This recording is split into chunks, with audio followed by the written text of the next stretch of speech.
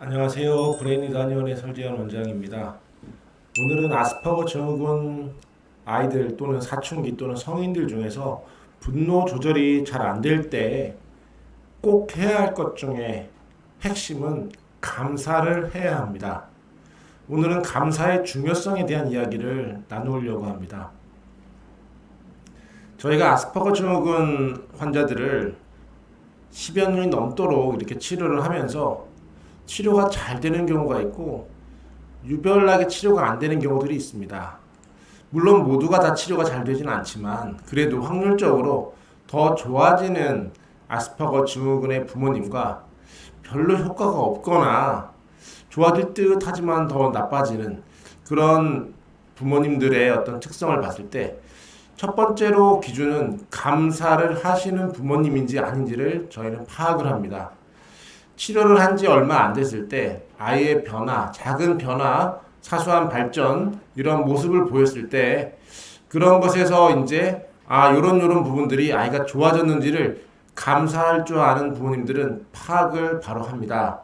하지만 감사하기 좀 어려운 부모님들은 뭐가 좋아졌는지는 잘 파악이 안 됩니다. 그리고 조금 불편하거나 개선되지 않는 부분에 대해서 더 집중을 하고 있습니다. 즉, 감사를 한다라고 하는 것은 아이의 긍정적인 부분에 초점을 둘 수 있는 것을 의미합니다. 치료라고 하는 것은 아이가 좋아지는 부분을 더 확장시켰을 때 더 많이 좋아지게 되고 더 크게 좋아져서 그것이 눈덩이처럼 쌓이게 된다면 그것이 치료가 되고 치유가 되고 경우에 따라서는 완치가 되는 건데 좋아지지 않는 부분에 집중을 하게 되면 물론 그것도 도움이 될 수 있겠지만 좋아져야 될 방향을 찾을 수가 없습니다. 이쪽 길로 안 가는 건 알겠는데 그러면 어디로 가야 될지를 방향을 못 찾아요. 이렇게 가서는 목적지를 향해 갈 수가 없습니다. 목적지는 아이가 긍정적인 변화가 있는 부분에 초점을 두고 그 길을 따라서 한 걸음 한 걸음 올라갈 때 결국에는 고지에 도달을 할 수 있는 거죠. 그래서 불만이 많은 부모님 밑에서 치료가 잘 되는 경우를 본 적이 거의 없습니다. 대부분 이제 불만이 많은 부모님들은 뭐 저희뿐만 아니라 모든 치료 기관에 갔을 때 사소한 것 하나하나에 대해서 쉽게 트집을 잡고 불만을 찾습니다. 물론 불만을 찾으려면 한도 끝도 없죠. 뭐 저희뿐만 아니라 여러 치료 기관에서 대부분이 본인의 기준에 만족이 되는 곳이 많지 않습니다. 왜냐하면 사람이 하는 곳이기 때문에 사람마다 성격이 다르고 행동 방식이 다르고 문제를 해결하는 방식이 다 다르고 대화하는 방법도 다릅니다. 그런 기준에서 나의 방식만 맞다라고 생각을 하거든요. 불만이 많은 부모님들은 그렇게 되면 나랑 다른 것에 대해서 잘 못 받아들입니다. 이런 것도 사실은 사회성이 부족한 부모의 특성이죠. 이러한 부분들을 아이가 담게 되고 또한 부모의 부정적인 성격을 아이가 담게 된다면 아이는 부모와의 긍정적인 정서적 교감과 소통과 감정적인 긍정적 경험을 하는 데 있어서 큰 어려움을 겪습니다. 이렇게 된다면 아이는 좋은 치료를 받더라도 치료의 효과가 미진할 수밖에 없고요.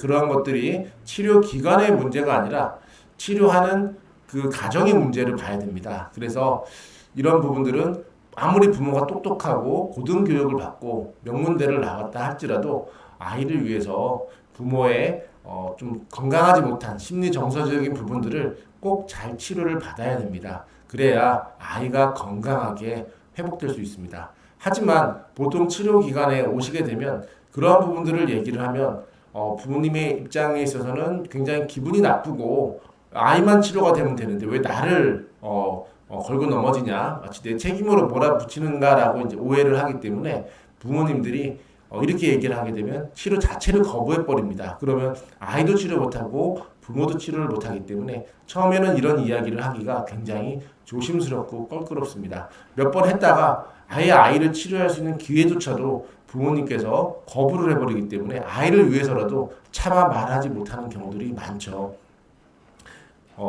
때로는 이제 라포가 형성이 되면 그때서야 이제 부모님들한테 얘기를 하고 부모님의 심리의 치료가 건강하게 이루어지는 부분들이 더 필요하다라고 이렇게 안내를 하기도 합니다. 아스퍼거 증후군 아이들이 주로 어릴 때는 의사소통이 잘 안 되죠. 친구도 없고 외톨이로 지내거나 또는 왕따를 당하기도 하고 또는 구타나 괴롭힘을 당하는 그러한 상처들을 어릴 때부터 겪게 됩니다. 이러한 경험들이 누적이 되면서 사춘기에는 내가 이유 없이 괴롭힘을 당했기 때문에 피해 의식이 자연스럽게 생기기 쉽죠. 그리고 그런 자기가 원치 않는 그러한 피해로 인한 불안과 공포감이 내면 속에 많이 쌓이게 됩니다. 이제는 짜증도 나게 되고 분노가 시점이 되면 폭발하게 되고 뿐만 아니라 그러한 불쾌했던 경험과 상처들이 나의 사고를 점점점 틀어지고 건강하지 못한 사고를 가지게 만들게 됩니다. 그래서 사춘기가 돼서 완전히 생각도 틀어지고 분노 조절도 되지 않고 가족의 통제가 되지 않을 때 브레인 리더 한의원으로 오시는 분들이 꽤나 많습니다.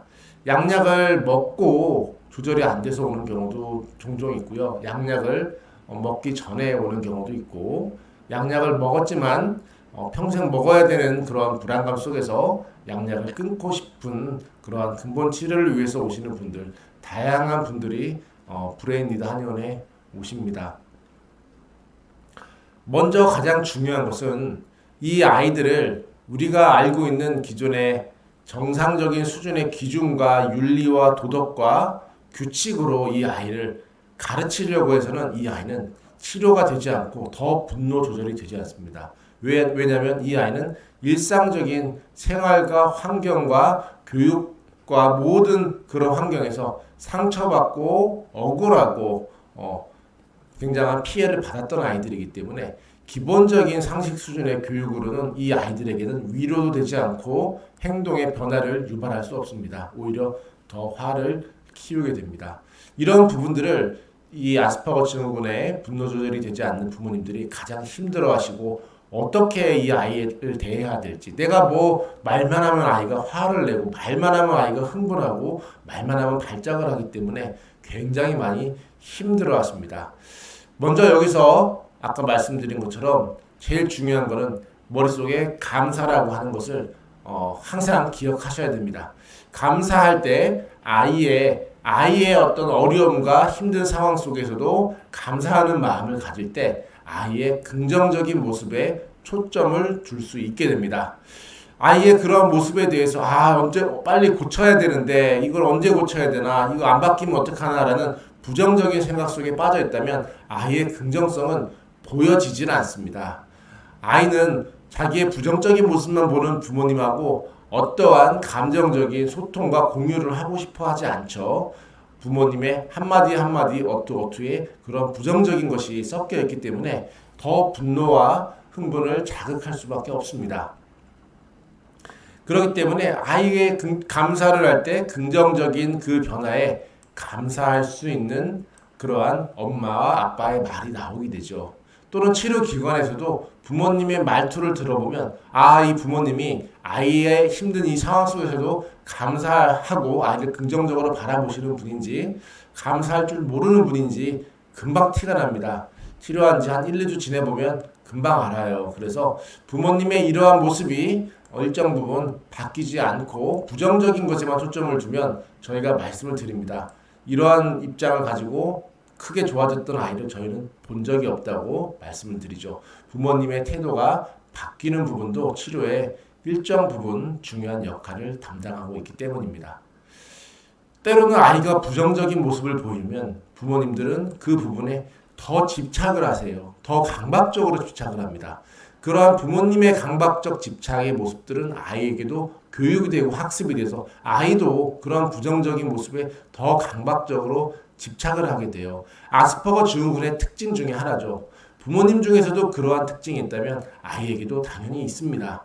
그러한 모습들을 부모님 스스로가 노력하고 극복하셔야 됩니다. 부정적인 모습에 더 집착하고 물론 그것을 보지 말라는 것이 아니라 보기는 보되 그것을 집착하고 그것에 꽂혀있지 말고 그것을 덮어주고 넘어주고 격려해주는 부분들이 필요한 겁니다. 아이도 그러한 자신의 부정적인 분노 조절이 안 되는 거나 화가 조절이 안 되거나 그러한 부정적인 왜곡된 생각이 나오는 것들을 알고 있습니다. 하지만 그것이 조절이 되지 않는 거예요. 부모님도 아이의 부정적인 모습에 집착을 하듯이 아이 역시도 그렇게 되는 거죠. 부모도 조절이 안 되는데 아이 보고 조절을 하라고 그러면 말이 안 되는 거죠. 부모님 먼저 이러한 모습들이 있다면 먼저 스스로를 치유하고 치료하고 극복하셔야만 합니다. 아이의 건강한 미래를 위해서 그래야 되고요. 아이가 긍정적으로 어떻게 좋아져야 되는지에 대해서 부모님께서 그림을 그려주셔야 합니다. 우리 아이가 현재 단계에서 치료를 받고 그 다음 단계로 이렇게 갈 것이다. 요게 좋아지면 이렇게 갈 것이다. 요게 좋아지면 이렇게 갈 것이다 라고 하는 아이에 대한 긍정적인 미래상을 가지셔야 됩니다. 우리 아이가 앞으로 점점 더 안 좋아져서 더 일상생활이 안 되고 평생 정신병원에서 입원과 퇴원을 반복하면서 인생을 마감하면 어떡할까, 이러한 어떤 부정적인 생각 속에 사로잡혀 있다면 이 아이에게는 그러한 삶을 살게 될 가능성을 더 높여줄 수 있습니다. 그러한 생각이 만약 들다 할지라도 긍정적인 미래로 그 순간순간 생각을 바꿔주셔야 됩니다. 왜냐면은 그러한 생각을 바꾸고 긍정적인 미래를 바라볼 때 엄마의 눈빛에서, 엄마의 말투에서 우리 아이에 대해서 그러한 부분들로 코칭을 하게 되고 말을 하게 되고 그러한 제스처들을 다 전달을 하게 됩니다. 우리가 그런 말을 안 한다 할지라도 비언어적인 방법으로 다 전달이 되기 때문이죠. 작은 것에 감사하는 부모님의 모습을 아이가 볼 때 현재는 분노 조절이 안 된다 할지라도 작은 것에 감사하는 부모님의 모습을 보며 아이는 배웁니다. 그리고 경험합니다. 그래서 세상에 대해서 부정적인 것만 있는 것이 아니라 감사와 긍정적이 있는 것을 아이가 배워나갈 수 있습니다. 암 환자들 중에서는 암에서 그 병원에서 딱히 할 수 없고 이제는 더 이상 치료법도 없는 상황에서 암이 회복이 되고 암이 낫는 환자들도 종종 있습니다. 그래서 그런 분들이 하는 이야기나 그런 세미나의 얘기를 들어보면 그런 분들은 공통적으로 현재의 상황에 대해서 비록 당장 언제 죽을지 모르는 그런 얼마 남지 않은 시한부의 인생 속에서도 감사하며 생사를 바라보고 자신을 바라보고 가족을 바라보고 암을 바라보고 그러한 관점을 가진 분들이 상당히 많습니다. 아스퍼거 증후군이나 또는 발달장애 카페나 이런 데 가보면 암 환자들보다 더 이 질환이 당장 죽는 질환이 아님에도 불구하고 감사하는 모습을 생각보다 찾아보기 어려운 경우가 많습니다. 왜냐하면 자녀의 문제라서 더 그럴 수도 있습니다. 하지만 이 아이들이 좋아지기 위해서는 한 분 한 분의 부모님들이 아이들의 자라나고 성장하는 부분에 대해서 더 많은 감사가 좀 더 많아졌으면 하는 그런 기대를 합니다. 얻지 못한 것에 대해서 불평불만하기보다는 얻은 것에 대해서 감사할 줄 아는 그러한 환경이 좀 더 펼쳐졌으면 좋겠습니다. 그럴 때 이 아이들이 더 건강하게 살아갈 수 있고 더 많이 발전할 수 있고 이 아이들이 긍정적으로 세상을 바라볼 수 있기 때문이죠. 아스퍼거 증후군 중에 정신과 약을 복용하는 중에 한약을 복용해도 되느냐라는 질문을 꽤나 많이 하십니다. 한약이 양약이랑 어떻게 서로 간에 상호 이렇게 영향을 주지 않을까 또는 간 수치에 영향을 주지 않을까 이러한 걱정을 많이 하시는데 이런 부분들은 정말 99.9999% 걱정을 안 합니다. 그만큼 한약과 양약은 같이 병행하더라도 전혀 문제가 없고 일본이나 중국에서도 그쪽에서는 정신과 의사들이 양방 정신과 의사들이 한약을 씁니다. 일본에서도 한국은 이제 양방과 한방이 분리되어 있어서 이게 뭔가가 서로 공부도 안 되고 교류도 안 되지만 일본에서는 정신과 의사 중에서도 한약을 씁니다. 심할 때는 한약과 양약도 같이 쓰고 경할 때는 한약만 쓰기도 하고 양약이 필요할 때는 양약만 쓰기도 하고 그렇기 때문에 의료 체계에 따라서 한방과 양방 사이에 갈등이 별로 없죠. 그렇지만 한국은 이원화 체계다 보니까 양한방의 어떤 이권 차이로 서로 간에 좀 좋지 못한 그런 모습들, 그런 걸로 서로 치고받고 하는 모습들이 좀 안타깝습니다. 환자 입장에서는 일본처럼 또 중국처럼 한약과 양약을 병행하고 또 일본 의사들이 바보라서 한약을 쓰는 게 아니죠. 한국 못지않게 똑똑할 텐데 역시 안전하고 더 치료에 효과가 되기 때문에 의료인으로서 한약을 사용하는 겁니다. 그만큼 안전하고 간 수치에 걱정을 안 하셔도 될 정도로 그러한 안전한 약들을 사용합니다. 그렇다면 한약을 사용해서 정신과 약을 줄이거나 끊어야 되는 목적을 이제 부모님이라면 많이들 하고 계시는데 그것이 가능은 한데 어떤 시점에 해야 되냐? 한약을 쓰면서 갑자기 정신과 약을 끊으면 큰일 납니다. 왜냐하면 양약을 즉각적으로 대처해 줄 수 있을 만한 한약은 쉽지 않아요. 하지만 한약은 치료의 효과가 누적이 되고 쌓여가는데 그것이 한두 달이 걸릴 수도 있고 또는 3개월, 6개월 또는 그 이상이 걸릴 수도 있습니다. 그렇게 되어서 어떨 때 양약을 줄이거나 끊어야 되냐? 단순히 증상만 좋아진 것이 아니라 아이의 인격과 인성이 발달을 해야 됩니다. 아이가 사회성이 부족하지만 분노 조절이 되지 않아요. 그래서 양약을 썼는데 분노가 50% 정도는 좋아졌습니다. 그래서 분노가 양약을 통해서 50%가 좋아졌는데 나머지가 개선이 되지 않았어요. 그래서 한방 치료를 같이 하게 됐습니다. 그래서 한방 치료를 했더니 나머지 40% 정도가 개선이 되었어요. 그래서 10% 정도 남은 정도면 거의 정상 수준으로 이제 되었습니다. 정상 수준이 되었는데 그러면 여기서 부모님께서는 그러면 이제 정상이 되었으니 양약을 좀 끊거나 줄일 수 있습니까? 라고 합니다. 이 시점에서는 저희가 어떻게 이야기를 하냐면 바로는 어렵습니다. 왜냐? 지금 이제 한방 치료로 40%가 개선이 됐고 양방 치료로 50%가 개선된 겁니다. 이제 쉽게 말하면 1, 2, 3, 4, 5, 6, 7, 8, 9, 10이라고 했을 때 양방에서는 1, 2, 3, 4, 5를 치료한 거고요. 한방에서는 6, 7, 8, 9를 치료한 겁니다. 그럼 남은 거는 이제 10, 요 한 개만 남았습니다. 그러면은 상당히 많이 좋아졌고 생활이 훨씬 편해졌죠. 굉장히 고마워하시죠. 하지만 1, 2, 3, 4, 5의 약을 끊게 되면 양약이 요만큼을 케어했기 때문에 양약을 끊는 즉시 1, 2, 3, 4, 5의 증상이 재발됩니다. 왜냐하면 양약은 증상을 개선해 주는 거지 치료의 목적은 아닙니다. 무슨 말이냐면 우리가 진통제를 쓰게 되면 허리가 아프고 염증이 있는데 통증이 없어집니다. 그렇지만 허리에 염증이 없어진 건 아니죠. 염증은 있지만 통증을 못 느끼게 만든 겁니다. 진통제를 안 먹으면 다시금 아파옵니다. 그런데 시간이 지나서 저절로 염증이 개선이 되고 나면 진통제를 끊어도 생활이 가능하죠. 근데 좀 정신과 질환은 좀 다릅니다. 정신과 약을 끊었을 때 뇌의 어떤 그런 미세염증, 신경 전달 물질의 그런 불균형들이 양약을 끊었을 때 저절로 스스로 회복이 되는 경우가 적습니다. 그리고 증상이 심할수록 더더욱 적습니다. 그러니 분노 조절이 극도로 안 될 때 정신과 약으로 컨트롤 하다가 양약을 끊게 되면 다시금 쉽게 재발되죠. 그래서 정신과 선생님들은 양약을 쉽게 끊거나 조절해주지 않습니다. 그 이유가 바로 원인을 치료한 것이 아닌 것을 알기 때문이죠.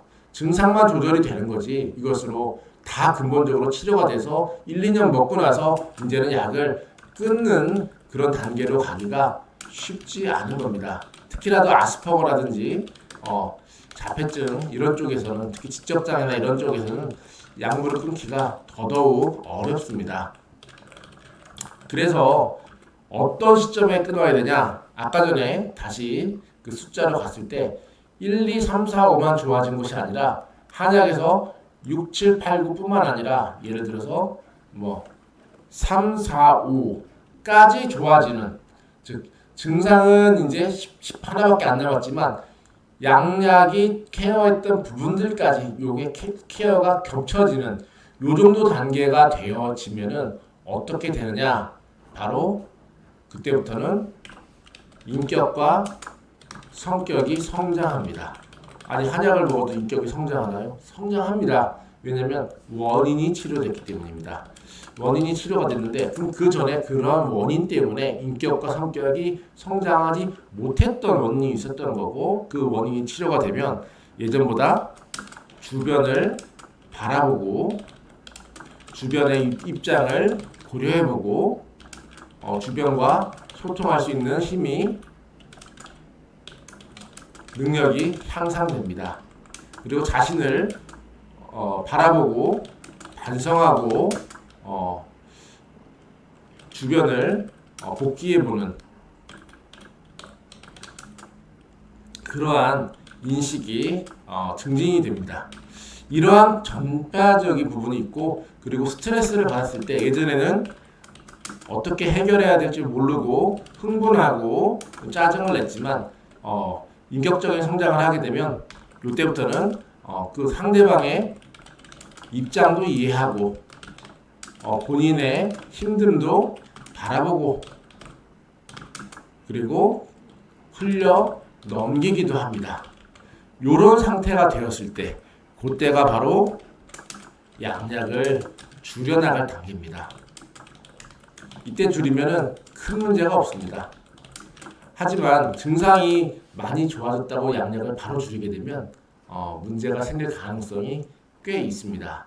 그렇기 때문에 함부로 급하게 줄이는 것이 결과적으로 양약을 빨리 줄이는 방법이 아닙니다. 충분히 좋아지고 나서 줄이게 되면 양약을 줄여도 증상이 불편하지 않습니다. 가끔은 더 좋아지는 경우도 있죠. 왜냐하면 충분히 좋아지는 상태에서 양약으로 더 누르기 때문에 더 안정시키기 때문에 되려 더 멍하고 피곤한 상황이 덜해진다고 합니다. 왜냐하면 불필요한 양약을 증상이 없는데 그 양약을 먹으면 당연히 멍해지고 피곤하지 않겠습니까? 즉 이미 많이 좋아졌다는 얘기죠. 그렇게 해서 이 아스퍼거 증후군의 분노 조절이 되지 않을 때 양약 치료와 한방 치료 때로는 병행하기도 하고 또는 한방 치료로 치료하기도 하는데 중요한 거는 다시 한번 말씀드린다면 감사해야 합니다. 아이의 어려운 상황을 이해하고 감사하고 아이가 한 걸음 한 걸음 좋아지는 부분에 네, 초점을 두고 아이가 막 감정 기복도 있고 아이가 또 흥분하고 또 부모에게 또 인격적으로 무시하는 것에 대해서 너무 상처받지 말고 좀 이렇게 넘길 줄도 아셔야 됩니다. 왜냐면 아이가 충분히 건강해지면 이런 부분들은 나중에 개선이 됩니다. 그렇다고 거짓말을 하라는 것은 아닙니다. 바른 말은 하되 그것에 부정적인 것에 좀 집착하거나 그것을 너무 고수하려고 하지는 마시라는 얘기입니다. 그럴 시간에 좀 더 긍정적인 것에 집중해 주시고 또 감사하는 모습으로 아이에게 대해 주신다면 아이는 차츰차츰 더 건강하게 회복이 되어가는 모습을 볼 수 있을 것입니다. 저희가 말씀드린 모든 것들은 어떤 논문이나 이론 어떤 그런 교육을 통해서 배운 것이 아니라 저희가 몸으로 경험하면서 몸소 경험하고 얻어 터지면서